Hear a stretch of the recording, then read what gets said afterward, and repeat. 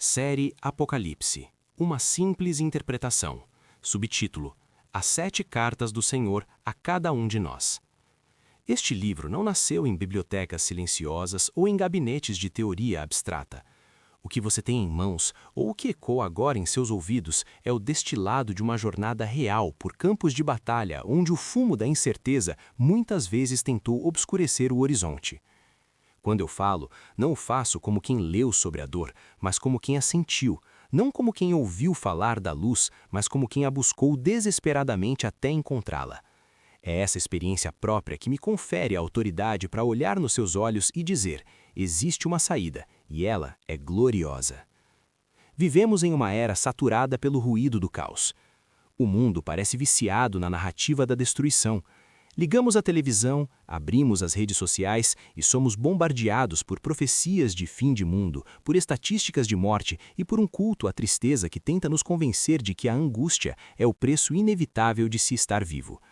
Mas estamos aqui para clamar no poder do nome de Jesus para que esse feitiço seja quebrado. Neste projeto, que faz parte da série Apocalipse, uma simples interpretação, faremos uma escolha radical. Em vez de nos curvarmos ao medo do fim, vamos celebrar a valorização da vida. Em vez de nos perdermos nos escombros da destruição, vamos pavimentar o caminho da salvação. Onde o mundo grita morte, nós proclamaremos vida em abundância. Onde a desunião tenta fragmentar a alma humana, nós estabeleceremos o elo da paz. Antes de mergulharmos nestas lições, deixo aqui uma recomendação fundamental. Abra a sua Bíblia Sagrada e leia os capítulos do livro do Apocalipse que tratam das 7 cartas escritas às 7 igrejas. Ao fazer isso, pedimos que você desconstrua qualquer conceito limitado. A Igreja de Cristo não é feita de tijolos, placas ou denominações específicas. A Igreja somos cada um de nós. Os escolhidos do Senhor não estão confinados a paredes, eles podem estar em qualquer lugar da terra.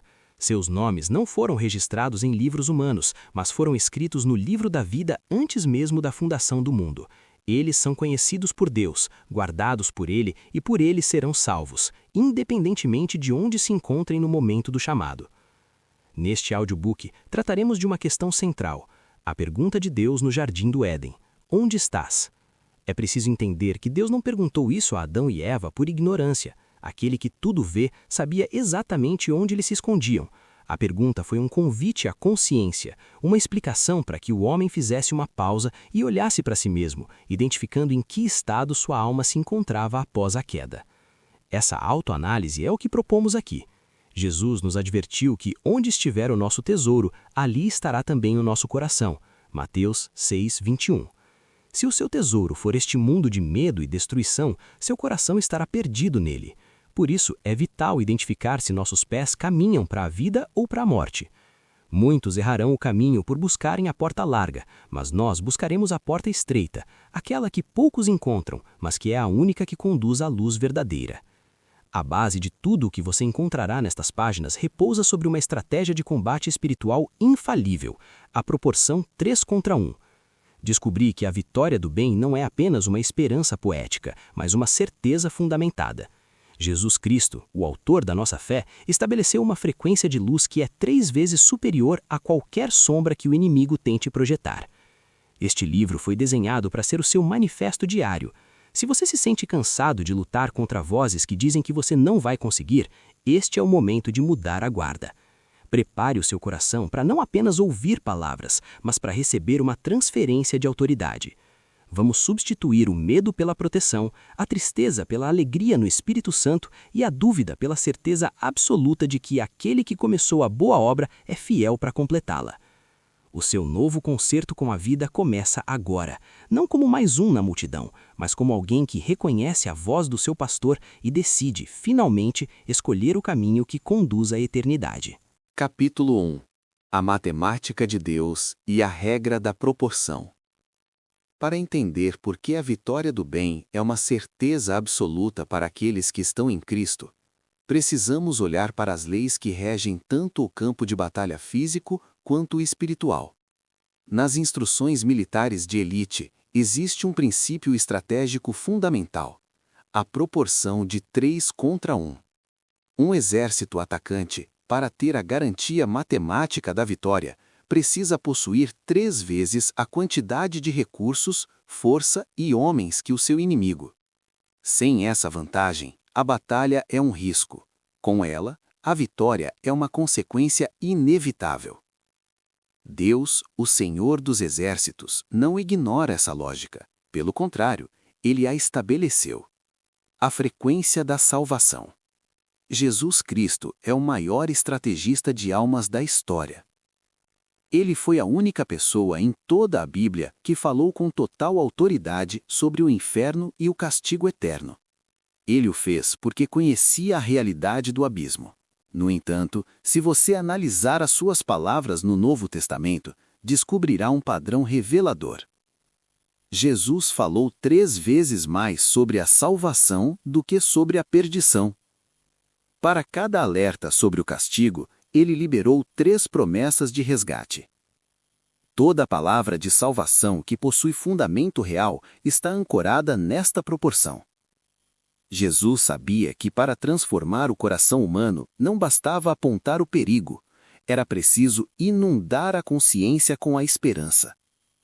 Se o Mestre utilizou essa proporção, por que nós insistimos em alimentar nossos medos na proporção inversa?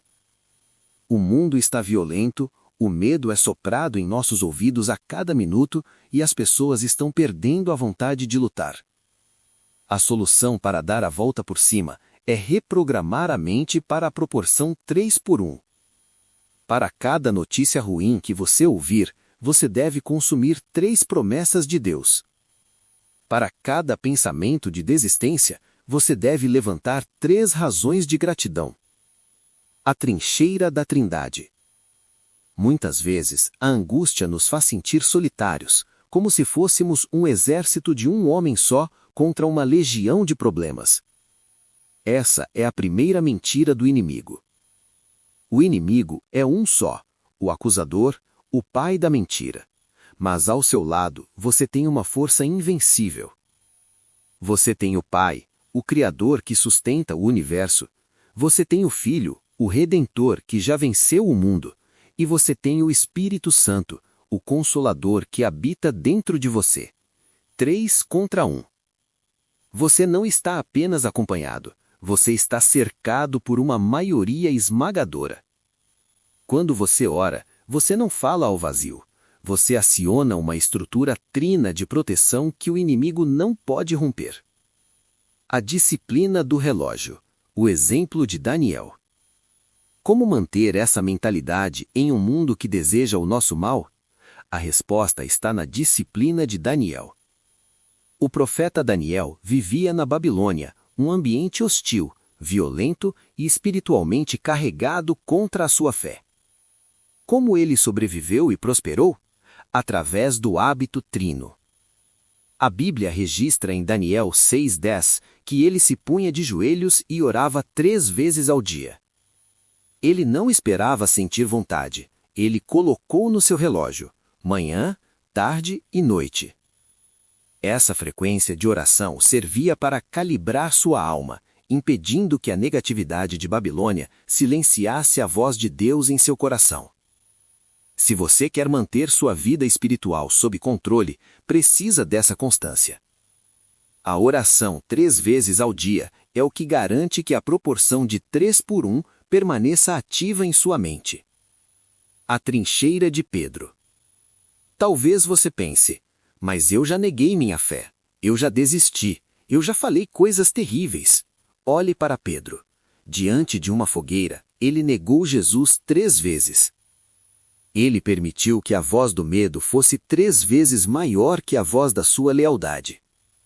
Jesus, após a ressurreição, não o abandonou. Ele levou Pedro de volta a uma fogueira na beira da praia e fez a mesma pergunta 3 vezes. Pedro, tu me amas? Para cada negação, uma declaração de amor. Para cada queda, um passo de restauração. Jesus aplicou a matemática do reino para anular o passado de Pedro. Se você falou, eu quero morrer, mude sua história agora. Repita 3 vezes. Eu quero viver, eu vou viver, a vida de Cristo está em mim. Se você disse, eu sou um fracasso, Anule essa sentença dizendo 3 vezes: eu sou amado, eu sou escolhido, eu sou propriedade exclusiva de Deus. A vitória do bem é certa para quem entende essa matemática. O mundo pode até tentar o mal, mas nós temos a maioria, o hábito e o resgate. 3 contra 1. Essa é a sua nova realidade. Capítulo 2. A fonte inesgotável. Enquanto o mundo se especializa em catalogar o luto, as crises e os finais, nós somos chamados a mergulhar em uma frequência distinta. Não estamos aqui para falar de sobrevivência, mas de plenitude. Existe uma diferença abissal entre estar vivo e ter vida.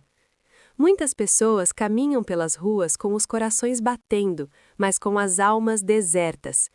O segredo da positividade inabalável que propomos aqui não nasce de um esforço psicológico, mas de uma conexão com a fonte.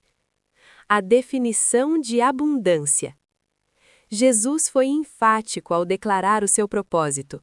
O ladrão não vem senão a roubar, a matar e a destruir. Eu vim para que tenham vida e a tenham com abundância. João 10:10. Observe o contraste. O sistema deste mundo, influenciado pelo ladrão da nossa paz, opera na lógica da subtração.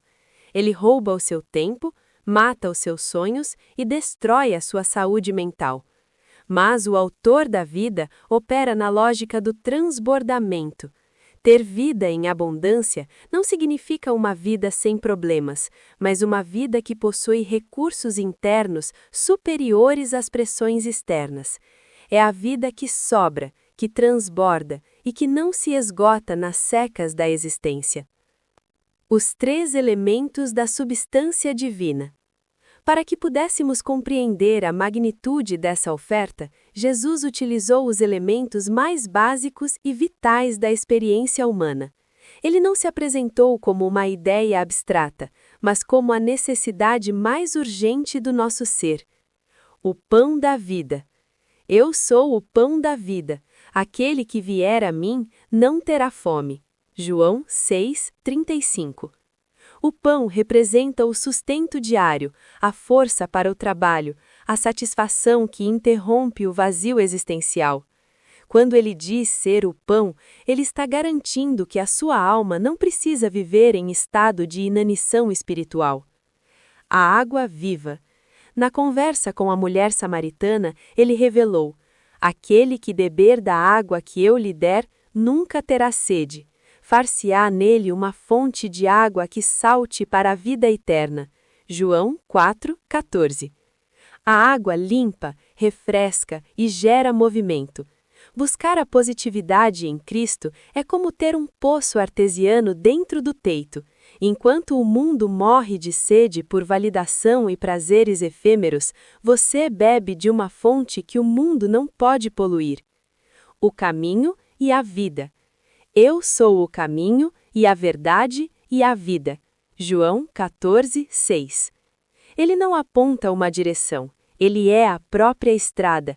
Ele não ensina uma filosofia sobre a vida, ele é a própria vida manifesta. Como está escrito nas Escrituras, nele estava a vida e a vida era a luz dos homens. João 1:4. A vitória sobre a inevitabilidade da morte. Falar de Jesus é, por definição, falar de vida e nunca de morte. O mundo teme o fim porque olha para o sepulcro. Nós olhamos para o sepulcro e o vemos vazio. A morte não pode conter o autor da vida. A ressurreição não foi apenas um evento histórico, foi a declaração de que a vida tem a última palavra. Essa certeza muda a forma como enfrentamos os problemas. Se a morte, que é o maior dos problemas, foi vencida, o que são as crises temporárias, as perdas financeiras ou as enfermidades diante do poder da ressurreição? Onde o mundo vê um ponto final, nós vemos apenas uma vírgula na eternidade. A promessa e a recompensa. Muitos se perdem no caminho porque focam apenas no cansaço da jornada, mas a nossa visão é estendida. Todos os problemas que enfrentamos neste mundo, por mais dolorosos que pareçam, são passageiros. Eles têm data de validade. Entretanto, a vida que Cristo oferece é eterna. O chamado para você hoje é de perseverança e fidelidade. Não uma fidelidade baseada no medo, mas no amor àquele que nos amou primeiro. Existe uma promessa selada para aqueles que não desistem. Sê fiel até a morte e dar-te-ei a coroa da vida. Apocalipse 2:10. Essa coroa não é um adorno de ouro material, mas o símbolo da vitória final sobre tudo o que tentou nos destruir. É a garantia de que a sua caminhada termina em glória, não em cinzas. Portanto, quando o mundo tentar te puxar para o assunto de morte, de destruição e de fim, mergulhe novamente na fonte. Beba da água, coma do pão e siga pelo caminho. Você nasceu para a vida, e para a vida em abundância. Capítulo 3. A blindagem da identidade e o combate às mentiras. Para que a positividade seja real e duradoura, não basta apenas olhar para a luz. É preciso aprender a identificar e silenciar as vozes que tentam nos arrastar de volta para a escuridão. Existe uma guerra sendo travada agora mesmo, e o principal campo de batalha é a sua mente. O objetivo do seu adversário não é apenas te fazer sofrer, mas te convencer de que você não possui valor, para que assim você mesmo abandone a sua autoridade. O modus operandi do impostor. O inimigo da nossa alma tem um título que define sua única estratégia. Ele é o pai da mentira. João 8:44. Ele não possui poder criativo, por isso ele trabalha com a distorção. Ele sopra no seu ouvido que você não merece o perdão, que o seu passado é uma sentença definitiva e que você é um erro no meio da multidão. Lembre-se, ele vem apenas para roubar, matar e destruir. João 10:10. Ele quer roubar a sua alegria, matar a sua esperança e destruir a sua identidade. Mas a partir do momento em que você identifica o mentiroso, a mentira perde a força. Você não é o que as circunstâncias dizem que você é. Você é o que o Criador diz a seu respeito. As certificações do seu valor real. Para cada sussurro de desvalia, a Bíblia apresenta uma coluna de fogo que sustenta sua verdadeira identidade. Você precisa decorar e declarar estas 3 certificações de valor eterno. A menina dos olhos, porque aquele que tocar em vós toca na menina do seu olho. Zacarias 2:8. No corpo humano, a pupila é a parte mais sensível e protegida. Deus está dizendo que você é a parte mais preciosa e guardada dele. Tocar em você é atrair a atenção imediata e protetora do Criador. Sacerdócio real e propriedade exclusiva. Você não é um acessório no universo. A palavra afirma: vós sois a geração eleita, o sacerdócio real, a nação santa, o povo de propriedade exclusiva de Deus. 1 Pedro 2:9.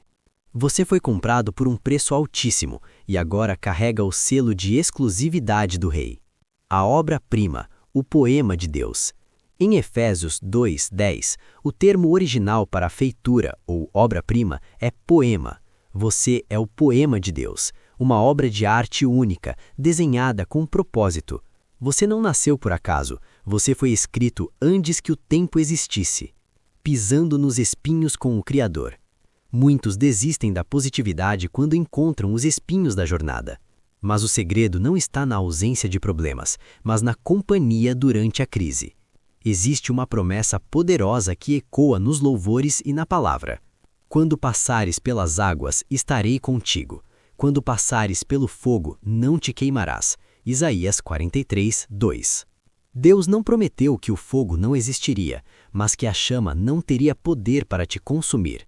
Se o caminho tiver espinhos, ele não te observa de longe, ele pisa neles contigo. Ele é o general que marcha à sua frente, e a sua presença é a garantia de que você sairá da batalha mais forte do que entrou. A bússola interna, o Espírito Santo. Já sentiu um desconforto no peito ao tomar uma decisão errada ou ao proferir uma palavra de morte? Esse aperto não é um peso de condenação, mas o toque do Espírito Santo. É a voz do guia dizendo: este não é o seu lugar, Você pertence à luz. A Bíblia nos dá alertas cruciais. Não entristeçais o Espírito Santo, Efésios 30:30.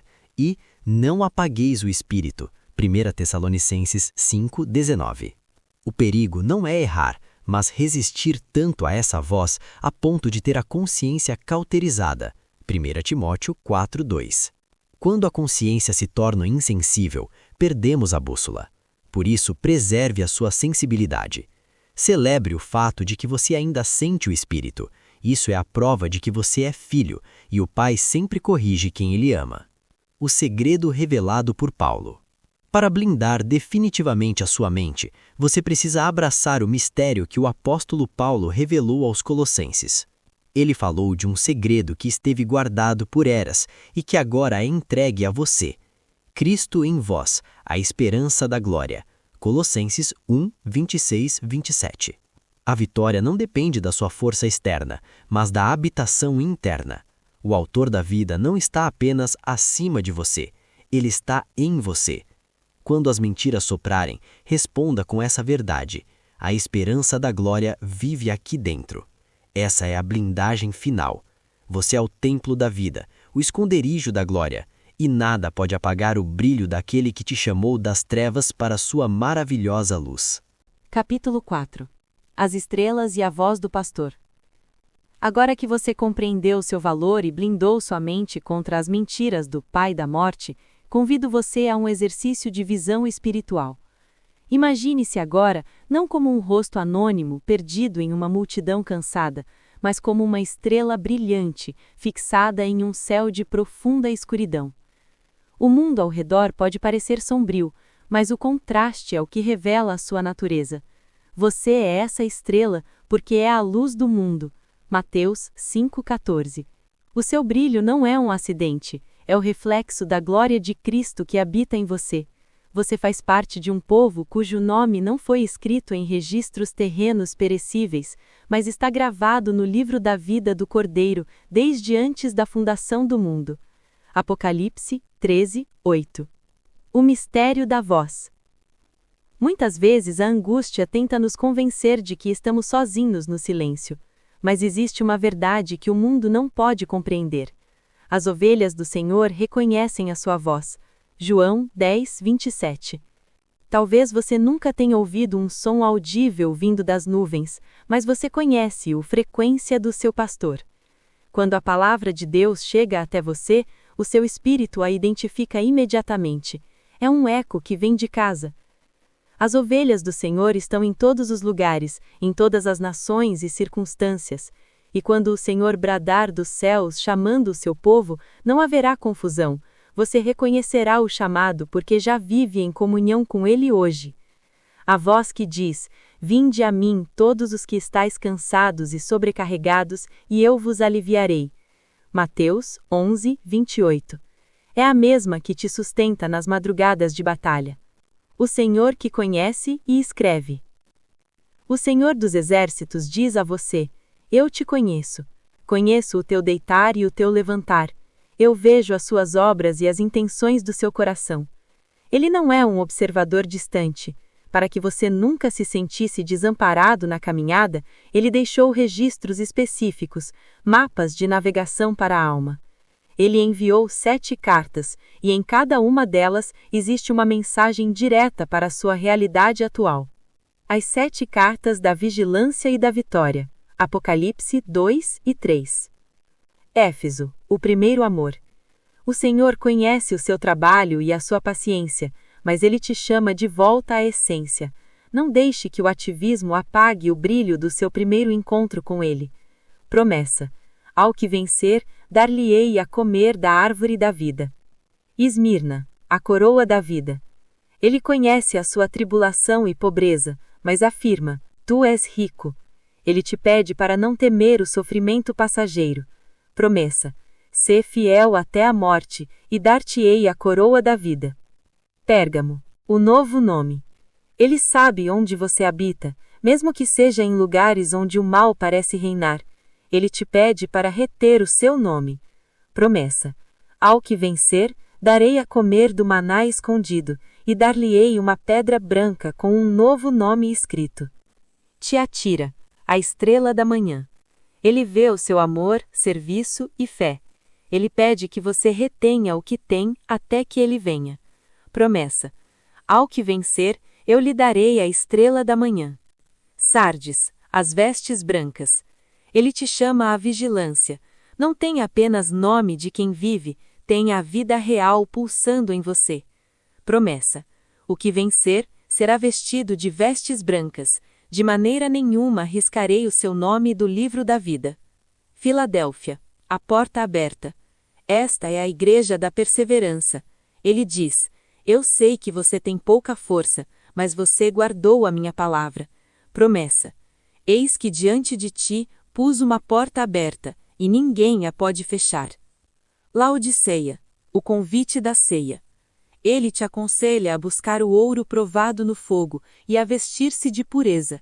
O convite é íntimo. Promessa: eis que estou à porta e bato.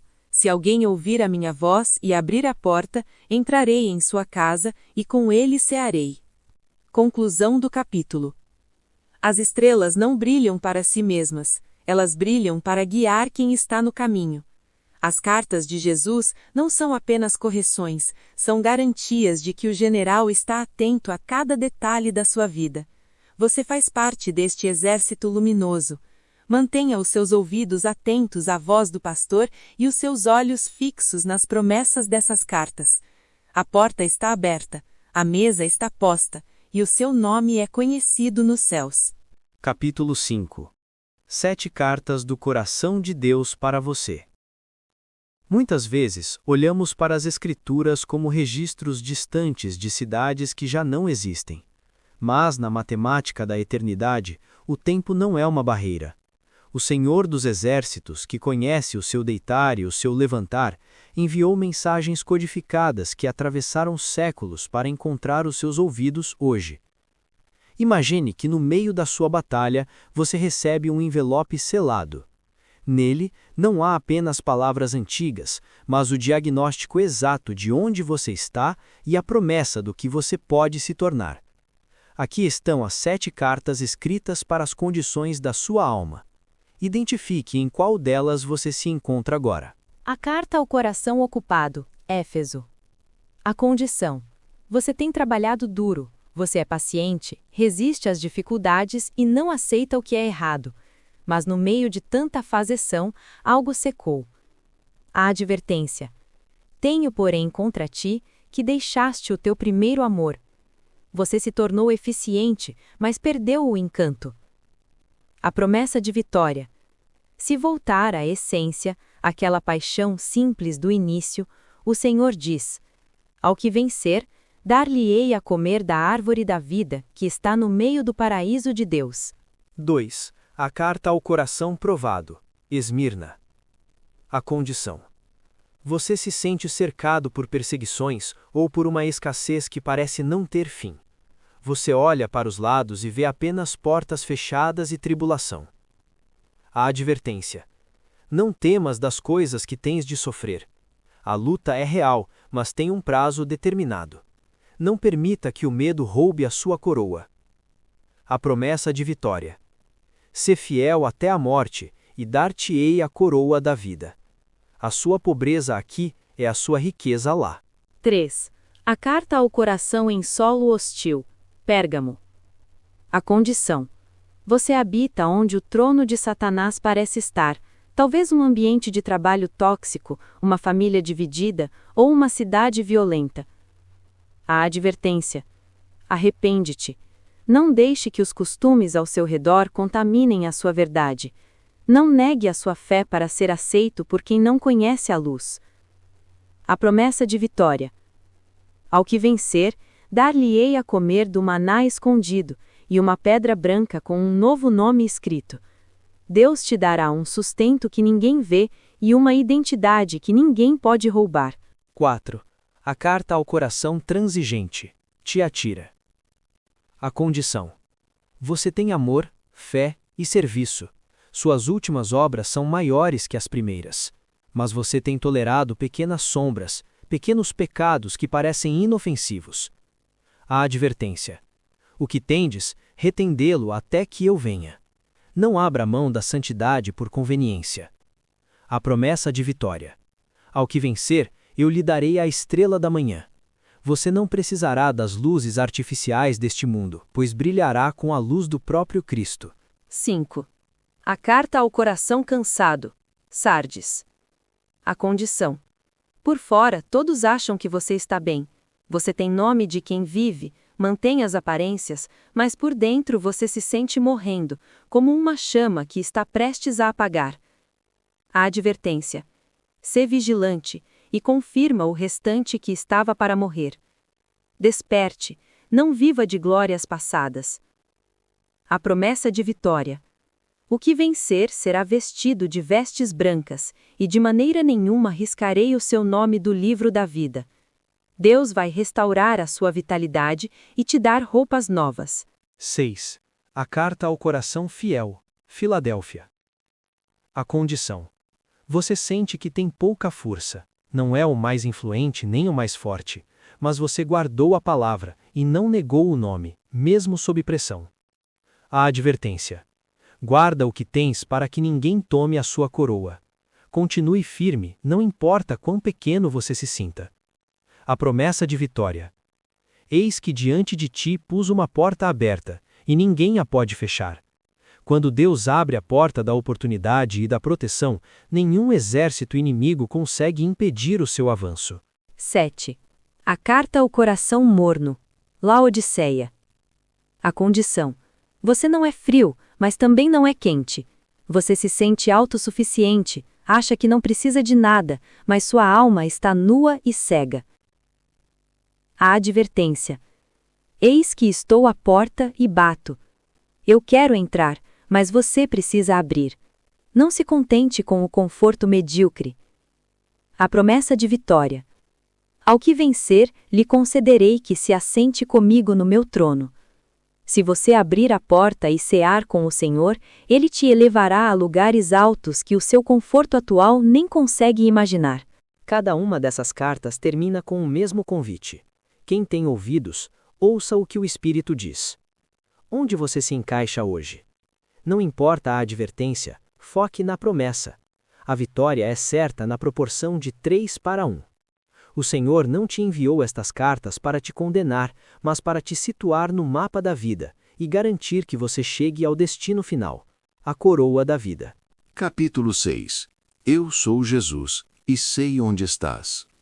Há uma pergunta que ecoa pelos corredores do tempo desde o amanhecer da humanidade no Jardim do Éden. Onde estás? Quando o Criador dirigiu estas palavras a Adão e Eva, não foi por falta de conhecimento geográfico. Ele, que sustenta as galáxias, sabia exatamente atrás de que arbusto eles se escondiam. A pergunta não era para Deus obter uma localização, era para que o homem obtivesse uma consciência. Ele queria que eles olhassem para si mesmos e identificassem o estado das suas almas após a queda. Hoje, essa mesma voz atravessa o ruído das suas preocupações e chega ao seu coração. Onde estás? Você consegue, neste momento, enxergar o terreno onde os seus pés estão plantados? Você está no caminho da vida ou apenas a deixar-se levar pela correnteza do mundo? O caminho estreito e a realidade da cruz. Não se deixe enganar por promessas de facilidades ilusórias. O caminho que conduz à vida é estreito e a porta é apertada. Mateus 7,14. Seguir a Jesus e escolher a positividade real exige coragem para encarar a realidade. Este é o caminho de quem toma a sua cruz a cada dia. Lucas 9:23. Muitos tentam vender uma espiritualidade sem sacrifício, mas a verdade é que o sofrimento e a morte fazem parte da experiência neste mundo caído. Entretanto, a diferença para quem está em mim é a perspectiva. Eu sou aquele que declarou: aquele que crê em mim, ainda que esteja morto, viverá. João 11:25. Para Deus, a fronteira que você vê entre vivos e mortos não existe. Para Ele, todos estão vivos. Lucas 20:38. A sua cruz não é o seu fim, é o instrumento da sua promoção espiritual. O socorro que vem dos montes. Você sabe que eu estou a falar consigo agora. Sente esse ardor, esse reconhecimento profundo.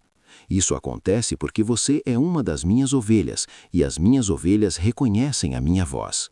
Enquanto o mundo me rejeita porque não me pertence, você sente o magnetismo da verdade. Quando o cansaço bater e a estrada parecer íngreme demais, faça o que o salmista ensinou. Eleve os seus olhos para os montes. De onde virá o seu socorro?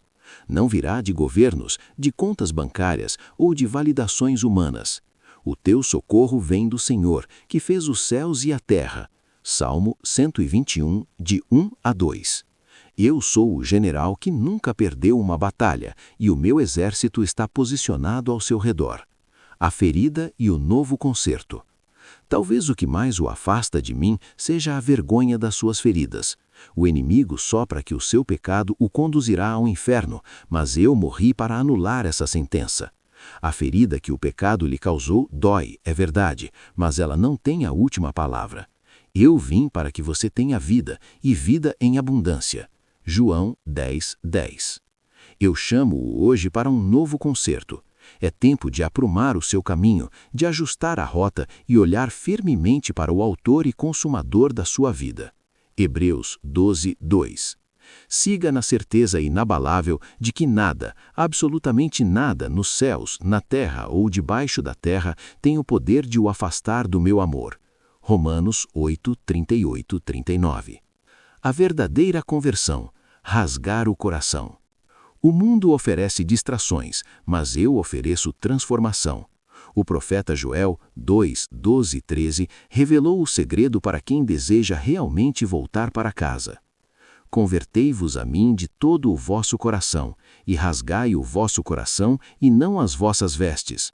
A verdadeira conversão não é um ritual externo, é um desnudamento da alma, é parar de fingir e apresentar-se como você está. Eu conheço o seu deitar e o seu levantar, eu vejo as lágrimas que ninguém mais vê. Eis que estou à porta e bato. Apocalipse 3, 20. Se você ouvir a minha voz e abrir a porta, eu entrarei. Não entrarei para julgar o desleixo da casa, mas para cear consigo, para trazer o banquete da paz para o meio do seu caos. Escolha, pois, a vida. O tempo passa como um sopro, e em breve trarei comigo a recompensa para dar a cada um segundo as suas obras. Eu sei onde você está. A pergunta final permanece. Você está pronto para vir até mim? Conclusão: o manifesto da vitória e a positividade eterna. Chegamos ao ponto onde a revelação se torna destino. Se você acompanhou esta jornada até aqui, a sua visão sobre o mundo e sobre si mesmo já não pode ser a mesma. Começamos este percurso entendendo que o mundo tenta sufocar-nos com narrativas de escassez, destruição e um fim inevitável. Mas ao longo destas páginas e destas palavras, descobrimos que existe uma contagem diferente, uma aritmética celestial que garante que o bem não apenas sobrevive, mas triunfa. O selo da nova mentalidade. Nunca se esqueça da regra que agora governa a sua mente, a proporção 3:1. Para cada sombra que o mundo projetar sobre o seu futuro, você agora tem 3 luzes para acender. Para cada mentira sussurrada pelo pai da mentira, você tem 3 afirmações eternas do Pai, do Filho e do Espírito Santo. Esta não é uma positividade ingênua ou um otimismo vazio. É uma positividade de autoridade, fundamentada na rocha que é Cristo. Você não é mais uma vítima das circunstâncias. Você é a menina dos olhos de Deus, propriedade exclusiva e herdeiro de uma promessa que a morte não pôde conter. A sua identidade foi blindada e o segredo, Cristo em vós, a esperança da glória, foi revelado. A paz que protege, a alegria que fortalece. A paz que este manifesto propõe não é a ausência de conflitos, mas a presença de alguém.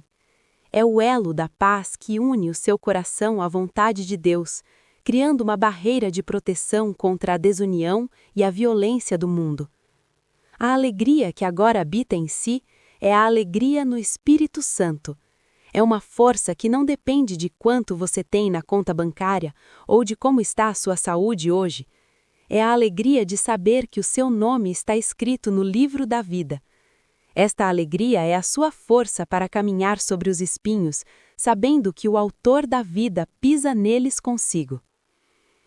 O manifesto da continuidade. O que o mundo chama de fim, nós chamamos de continuidade. Para aqueles que estão em Cristo Jesus, não existe ponto final, apenas a passagem para uma glória ainda maior. A partir de hoje, faça deste livro o seu código de conduta diário.